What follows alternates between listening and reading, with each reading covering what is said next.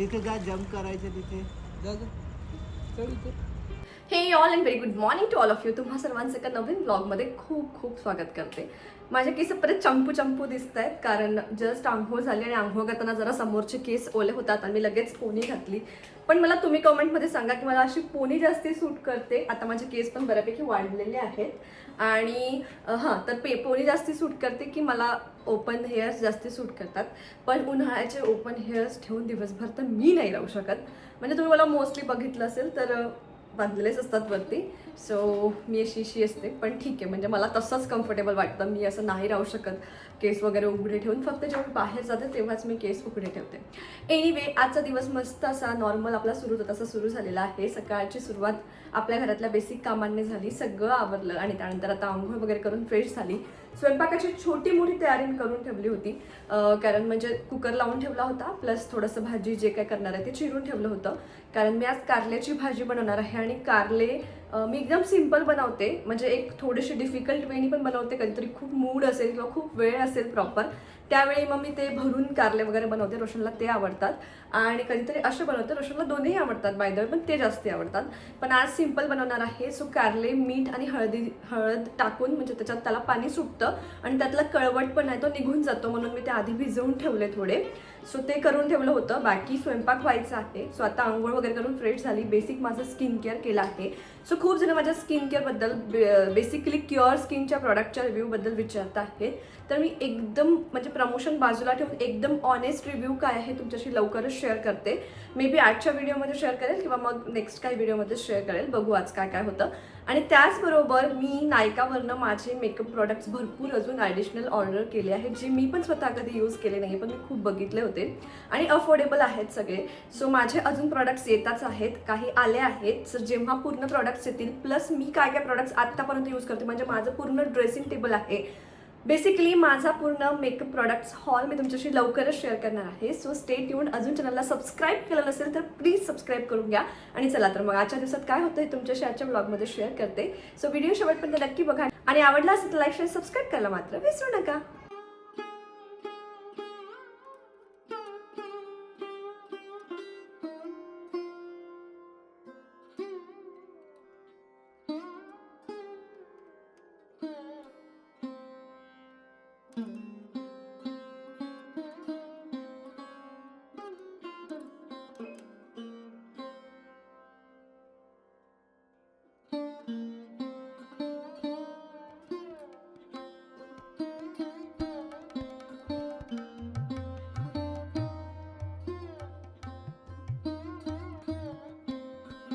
आणि आता डायरेक्ट मी 5 वाजता ब्लॉग शूट करते आहे.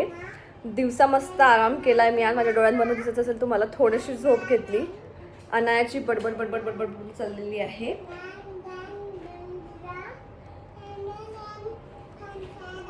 ती दिवसभर अशीच आपली काय काय खेळत असते. आणि मला एक दुपारी महत्त्वाचं काम करायचं होतं. ते म्हणजे महत्त्वाचं काम प्रेस मला करून ठेवायचे होते कपडे. मी खूप आधी तुमच्याशी शेअर केलं होतं कपडे प्रेस करण्याचं काय झालं होतं. एकदा माझ्याने ब्लँकेट फाटलं होतं अनायाचं म्हणजे प्रेसने जळलं होतं ते. तेव्हापासून त्या प्रेसने मी कधीच प्रेस केली नाही. पण काय होतं and that is the reason मला इथे येऊन या वॉलसमोर बसावं लागतं कारण तिकडे ती कंटिन्यू बडबड करते. म्हणजे ती असं नाही की मम्मा काय बोलत आहे कोण काय करतं आहे कोणाची मीटिंग चालली आहे कोणाचं ऑफिस चाललं आहे. शी डोंट केअर इट ऑल. आणि तिकडे तिची सारखी बडबड चालली असते आणि म्हणून मी इथे येऊन शांततेत बोलते. ते पण ती 5-10 मिनटं देते आणि त्याच्यानंतर असं होते मम्मा तिला कळतं की मम्मा काहीतरी बोलत आहे. तर एनिवे आज माझं दुपारचं ठरलं होतं की आपण कपडे प्रेस करून घेऊ. पण ऑलमोस्ट आम्हाला सगळं आवरेपर्यंत 2-2:30 झाले होते आणि अनाया झोपायलाच तयार नव्हती. याला फोन लाव आईला फोन लाव मधूला फोन लाव असं सगळंच चाललं होतं. सगळे नखरे झेलून चालत तरीसुद्धा ती झोपत नव्हती आणि माझं असं असतं की ती दुपारी झोपलीच पाहिजे. सो म्हणून मग मी तिला झोपवण्याच्या चक्करमध्ये मला पण झोप लागून गेली. म्हटलं ना hardly I just get 2-5 minutes hardly. कशाला आली तू? जा तिकडे. मला बोलायचं आहे नानू. प्रेस करायचं राहून गेलं. तर आता 5 वाजल्यात. आमचं चहा पाणी झालं फ्रेश झालो. म्हटलं चला आता ते प्रेस करू आणि तुमच्याशी सुद्धा शेअर करते. का बरं कारण मी नवीन प्रेस मागवली आहे. तरी असं खूप इमर्जन्सी गरज पडली तर रोशन करतो किंवा आम्ही बाहेरच कपडे प्रेसला देतो. पण हल्ली म्हणा किंवा खूप दिवसांपासून जेव्हापासून मी ते ड्रेसेसचा शूट करते ना तर काय होतं जेव्हा ते ऑर्डर करते कपडे तर ते प्रॉपर आयरन केलेले नसतात, त्याच्यामुळे मध्ये चोळमाळ दिसतात मी घातल्यावर, ते चांगले दिसत नाही. मला खूप कमेंट्स पण आल्या की अगं दाखवायच्या आधी एखाद वेळा आयरन तरी करून घेत जाते कपडे. आणि आयरन घेऊन बसून करण्याला वेळ नसतो तेवढा, कारण पटापट करायचं असतं. मग त्याच्यासाठी मी स्टीम प्रेस खूप दिवसाची बघत होते की मला स्टीम प्रेस घ्यायची आणि त्याने मी पटापट आयरन करू शकेल उभ्या उभ्या आणि पटकन मग ते वेअर करू शकेल. सो त्याच्यासाठी मी अगारोचं स्टीम प्रेस मागवलं आहे. सो त्याचा रिव्ह्यू पण तुम्हाला मी देते आणि मी सुद्धा तुम्हाला कशी त्याने प्रेस होते हे सुद्धा करून दाखवते. तर हा आहे अगारोचा AG सिग्निफाय गारमेंट स्टीमर, जो 1500 वॅटचा आहे. जर तुम्हाला रोज ऑफिस, कॉलेज, शूट्स किंवा फंक्शनसाठी पटकन कपडे प्रेस करायचे असतील ना, तर हा गारमेंट स्टीमर खूपच जास्त युजफुल आहे. सर्वात आधी याची डिझाईन खूप जास्ती कॉम्पॅक्ट आहे आणि इझी टू यूज आहे. यामध्ये मिळतो 1500 वॅटचा पॉवरफुल परफॉर्मन्स, ज्यामुळे कपड्यांवरील रिंकल्स पटकन रिमूव्ह होतात. याची खास गोष्ट म्हणजे यात आहे सिरामिक कोटेड स्टीम प्लेट, त्यामुळे कपड्यांना सेफ स्टीमिंग मिळते. यामध्ये आहे 260 ml डिटॅचेबल वॉटर टँक, जो सहज भरता येतो आणि सहजच क्लीन सुद्धा करता येतो. एकदा फुल भरल्यानंतर तुम्हाला मिळते up to 15 minutes continuous steam. आणि एवढंच नाही तर बॉक्समध्ये आपल्याला मिळतात फॅब्रिक ब्रश, लिंट ब्रश आणि सेफ्टीसाठी ग्लोव्ज सुद्धा मिळतात.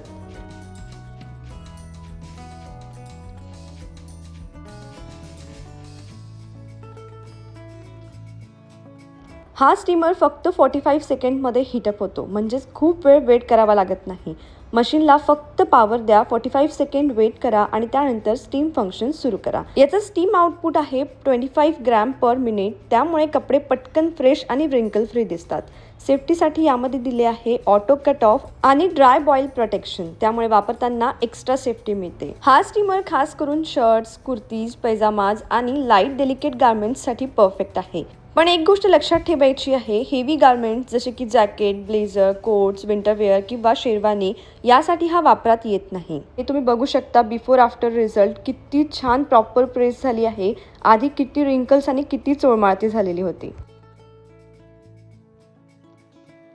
जर आपल्याला एम्ब्रॉयडर्ड किंवा डिझायनर गारमेंट स्टीम करायचे असतील तर त्यासाठी हा फॅब्रिक ब्रश यूज करायचा आहे. आता मी स्टीम करायला माझा एक एम्ब्रॉयडर्ड कुर्ता घेतला आहे आणि तुम्ही बघू शकता किती रिंकल्स आहेत त्यावर आणि ते प्रॉपर असे क्लिअर होत आहेत. आणखी एक गोष्ट इम्पॉर्टंट आहे ती लक्षात ठेवायची, हा स्टीमर नेहमी व्हर्टिकल पोझिशनमध्येच वापरायचा आहे.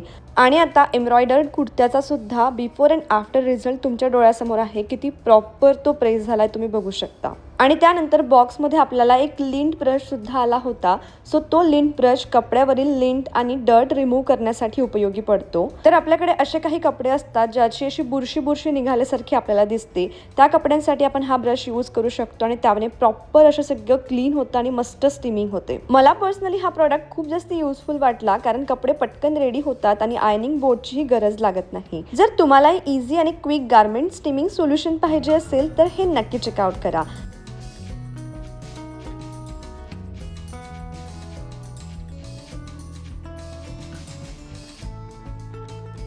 सो मी सगळे कपडे प्रेस करून घेतले आणि आता बऱ्यापैकी 6-6:30 झाले आहे. संध्याकाळच्या स्वयंपाकाला लागायचं आहे, त्याच्या आधी म्हटलं तुमच्याशी मी 2 शब्द बोलते. आणि खरंच यारे माझं काम खूप सोपं झालं आहे, कारण शूटच्या वेळी तुम्हाला सांगितलं तर ड्रेसेसच्या शूटच्या वेळी जे कपडे येतात ते सगळे प्रॉपर असे आयन नसतात, त्याच्यामुळे त्याला मला क्विकली करायला हे एकदम भारी झालं. आणि त्यातल्या त्यात असं कधीतरी होतं की अनायाचे छोटे छोटे कपडे आहेत आणि ते बाहेर का द्यायचे असं वाटतं, तर त्यावेळी मग हे पटकन करायला एकदम सोपं आहे. आपल्याला कधी कधी प्रेस केलेले कपडे सुद्धा फोल्ड होऊन जातात आणि ते पण चांगले दिसत नाही आपण घातल्यावर, तर हे एकदम पटापट असं मारलं आणि मग घातले. सो एकदम सोपं पडतं. तर मला तरी ही प्रेस एकदम भारी वाटली. तुम्हाला कशी वाटली नक्की कमेंटमध्ये सांगा. स्वतःच थँक्यू, स्वतःच वेलकम. काय आहे उचलत पण नाहीये, तिला उचलत पण नाहीये. बाबाला सांग.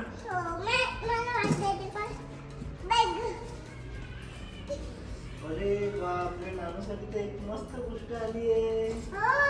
तुला मदत करू का? तुला कळलं का पण काय आहे? हा नाही ग बाबा, एवढ्या मोठ्या बॉक्स मध्ये कशी आईस्क्रीम येईल? तू सांग काय आहे ते. तिथे बघ, चित्र बघ काय त्याच्या बॉक्स वर. काय ग नानू? सुंदर.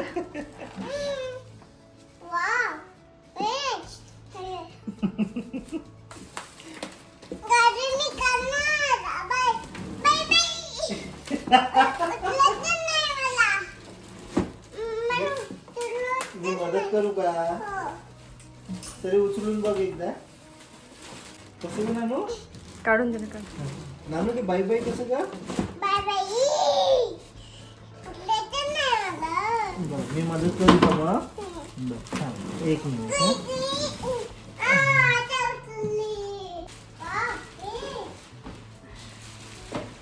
आणि कोणी घेतली तुझ्यासाठी ही गाडी? कोणत्या? नानू तुला सगळे अंकल सगळं नाही देत बेटा, मम्मी बाबा पण काहीतरी देते तुला.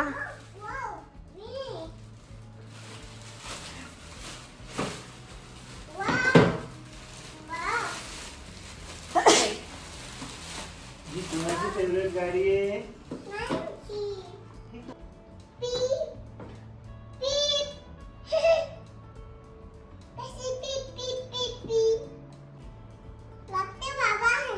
हो, हो.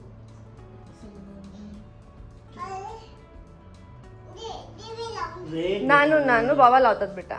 आणि तेवढ्यात अनायाच्या गाडीचं पार्सल आलं. मी मुद्दाम हा शूट घेतला. तुम्ही बघू शकता कुठलंही पार्सल आलं की तिची एक्साइटमेंट लेवल एकदम वेगळीच असते. आणि त्यातल्या त्यात ही तिच्या आवडीची गाडी होती. ती मला तिला केव्हाची पाहिजे होती. आमच्याकडे छोटी गाडी होती म्हणून मी आतापर्यंत घेतली नाही, पण आता ती तिला लहान पडते. म्हटलं चला आता आपण घेऊया. आणि तिने इतकं जास्ती एन्जॉय केलं नाही या गाडीसोबत. आणि आत्ता मी तुमच्याशी एका टॉपिकवर बोलणार आहे, ते म्हणजे इन्व्हेस्टमेंट. तर याआधी मला बरेचदा खूप कमेंट्स आल्या की ताई तू एवढं इन्व्हेस्टमेंटबद्दल सांगते, तर एक दिवस आम्हाला डिटेलमध्ये सांग की कसं आणि कुठे इन्व्हेस्ट केलं पाहिजे. कसं आणि कुठे केल्यापेक्षा इन्व्हेस्टमेंट करायला पाहिजे की नाही, ते कुठे इन्व्हेस्ट केले पाहिजे, गोल्डमध्ये केले पाहिजे की शेअर मार्केटमध्ये की म्युच्युअल फंडमध्ये. आणि बऱ्याच लोकांना याचं नॉलेज नसतं किंवा आयडिया नसते की काय केलं पाहिजे नेमकं. So being mutual fund certified, तर मी सगळ्यांना सांगते की माझं एज्युकेशन काय झालं आणि म्हणून मी या टॉपिकवर बोलते किंवा मला त्याच्यातलं नॉलेज आहे म्हणून मी या टॉपिकवर बोलते आहे.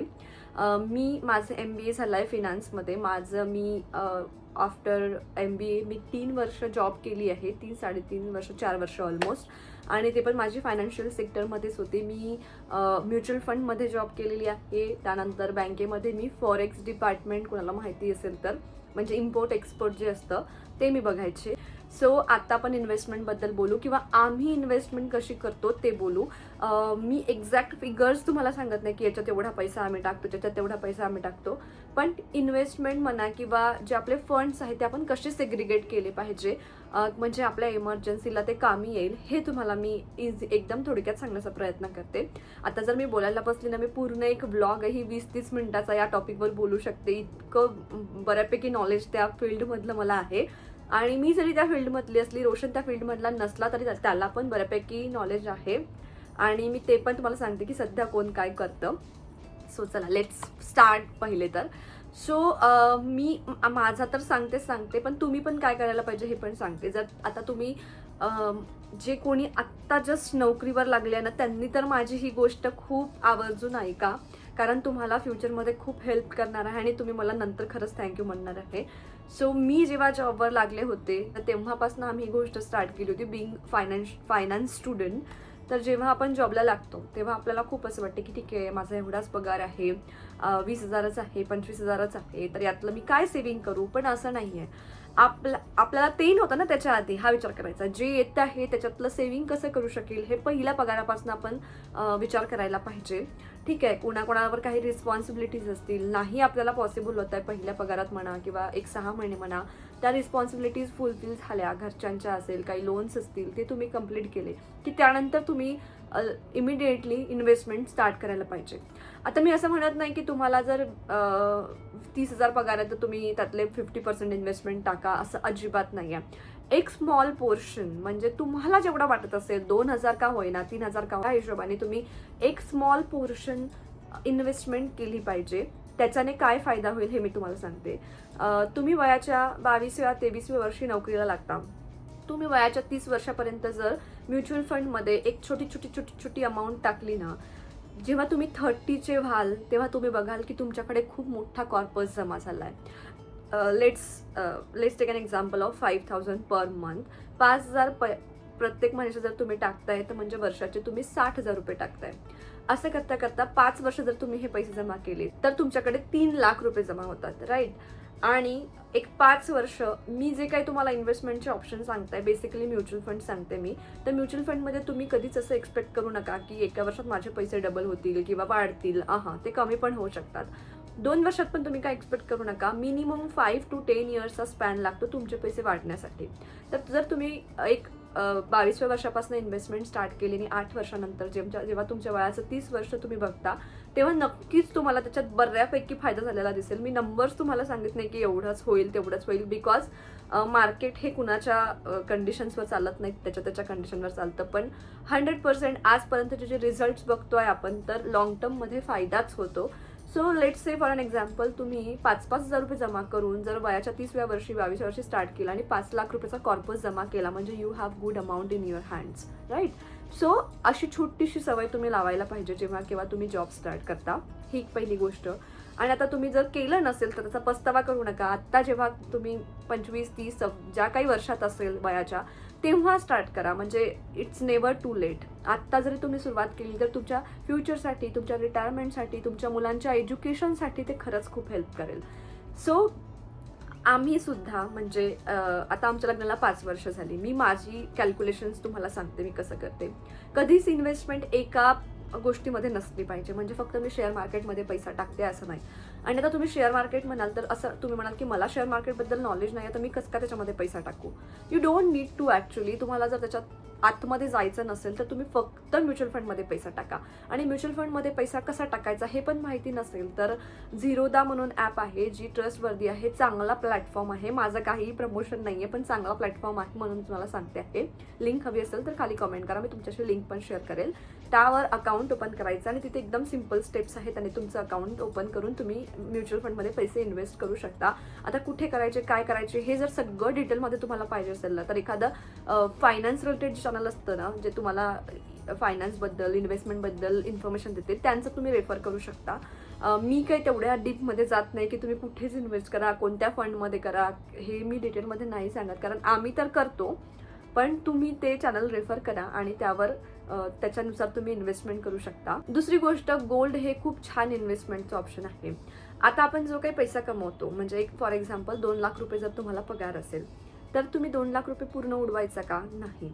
प्रत्येकाच्या मागे काही ना काही रिस्पॉन्सिबिलिटीज असतात. फॉर एक्झाम्पल, जर तुमच्या मागे लोन असेल तर तुम्ही असं समजून घेऊ नका की अरे यार माझ्या मागे हे बर्डन आहे.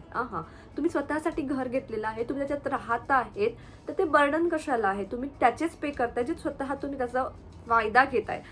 एखादा कपडा आपण घेतो, त्याच्यासाठी आपण पैसे देतो, राईट, आणि तो कपडा आपण यूज करतो. तसंच घराचं सुद्धा आहे. आणि अजून एक त्याच्यातली आतमधली, मी खूप अशी डिस्ट्रॅक्ट होते because I have deep knowledge in that.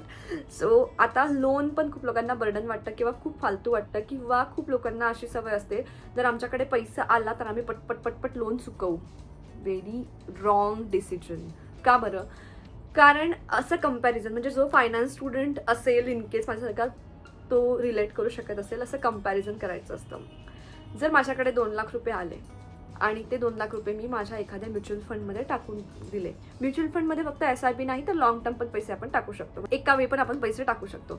So ते 2 लाख रुपये जर तुम्ही म्युच्युअल फंडमध्ये टाकले आणि 5 किंवा 10 वर्षांनी, 20 वर्षांनी तुम्ही त्याला बघाल, तर तुम्हाला बऱ्यापैकी त्याच्यामध्ये इन्क्रीमेंट झालेले दिसेल. म्हणजे ते पैशांवर छान रिटर्न्स दिसतील.